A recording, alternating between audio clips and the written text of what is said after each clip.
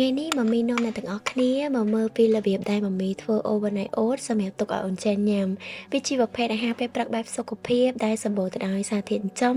ជាពិសេសហ្មងគឺវាងាយស្រួលធ្វើហើយអត់ចាំបាច់ចម្អិនទៀតហើយគ្រឿងផ្សំគោលដែលមិនអាចខ្វះបានគឺស្រូវសាឡី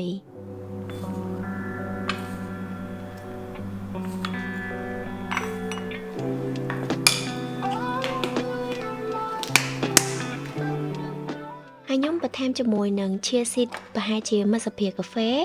chia seed គឺមិនគ្រាប់ជីទេគ្រាន់តែវាស្តៀងគ្នាអ្នកទាំងអស់គ្នាអាចរកទិញបាននៅកន្លែងលក់គ្រឿងធ្វើផ្អែមឬមួយក៏នៅក្នុងផ្សារទំនើបក៏មានដែរហើយគ្រឿងផ្សំសំខាន់មួយទៀតដែលយើងអាចខ្វះបានគឺប្រភេទ full cream meal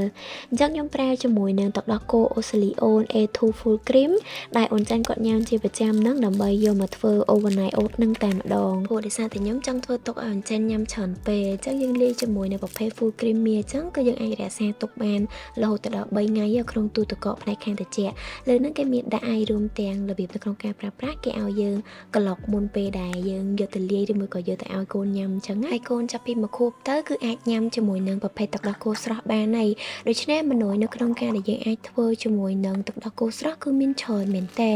ដើម្បីបន្ថែមនៅសារធាតុកាល់ស្យូមឲ្យបានកាន់តែច្រើនទៅដល់កូនតូចរបស់យើងជំរុញការលូតលាស់ហើយនឹងបន្ថែមពីនោះទៀតគឺទឹកដោះគោ Osleon ជាប្រភេទទឹកដោះគោស្រស់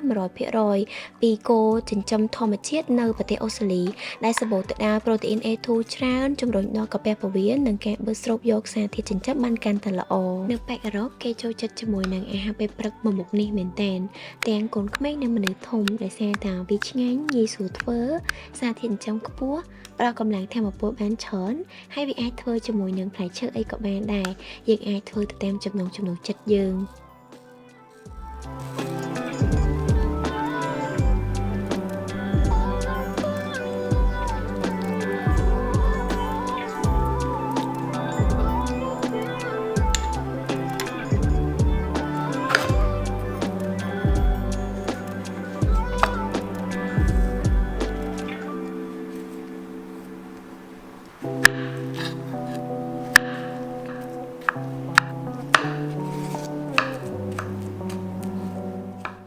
អញ្ចឹងតែ4ចានហ្នឹងគឺខ្ញុំធ្វើជាមួយនឹងរសជាតិផ្លែឈើផ្សេងគ្នាហើយនេះគឺ blueberry ស្រស់ដែលខ្ញុំយកទៅបកកដោយសារតែទិញមកកូនញ៉ាំមិនទាន់អញ្ចឹងមិនមែនជាផ្លែឈើបកកដែលគេលក់ស្រាប់អីទេណាហ្នឹងហើយយើងបន្ថែមជាមួយនឹងទឹកដោះគោស្រស់ម្ដងទៀតដើម្បីឲ្យលិចជាមួយនឹងគ្រឿងដែលយើងបានផ្សំបាញ់មិញហ្នឹង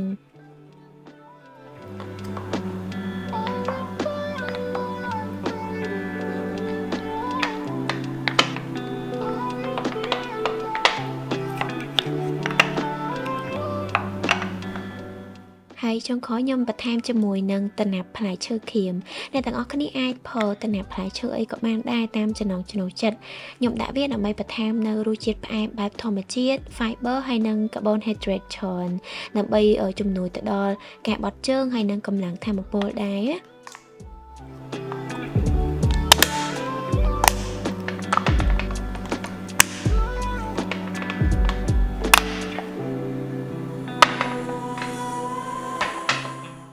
អញ្ចឹងរបៀបធ្វើគឺមានតែប៉ុណ្្នឹងទេគ្រាន់តែយើងធ្វើការរក្សាទុកក្នុងទូទឹកកកចាប់ពី4ម៉ោងឡើងទៅឬមួយក៏ធ្វើទុកពីយប់ព្រឹកឡើងគឺយើងយកឲ្យកូនញ៉ាំបានភ្លាមតែម្ដង overnight oat ហ្នឹងគឺញ៉ាំតិចឆ្ងាញ់មែនតើអរគុណសម្រាប់ការតាមដានវីដេអូនេះហើយបើអ្នកទាំងអស់គ្នាចូលចិត្តជាមួយនឹងវីដេអូនេះកុំភ្លេចធ្វើការ share និង like page ឬមួយក៏ subscribe ដើម្បីទទួលបាននូវវីដេអូក្រោយទៀតអរគុណ